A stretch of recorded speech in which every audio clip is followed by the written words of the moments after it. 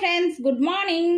పాలు పెట్టేసి మనం పని మీద పడిపోతాం కదా ఫ్రెండ్స్. అసొంటప్పుడు ఏం చేయాలంటే, ఇట్లా పాలు వంగుతున్నాయి అన్నప్పుడు ఏం చేయాలంటే, ఇట్లా స్పూన్ తోటి కలిపి ఇలా స్పూన్ వదిలేయాలి.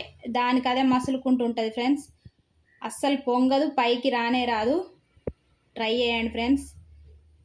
చూడండి, అస్సలు పైకి రాదు. ఇక ఫుల్ పెట్టినా రాదు. చూడండి, చెన్నైలో ఒక ఆమె అట్లనే పాలు పొయ్యి మీద పెట్టి పని చేసుకుంటుందట. పని చేసుకున్న వాళ్ళు పాలు వంగుతున్నాయని పాలు అనుకుంటూ వచ్చే వాళ్ళకు పానమే ఇది అయిపోయింది, కాలు ఇరిగింది.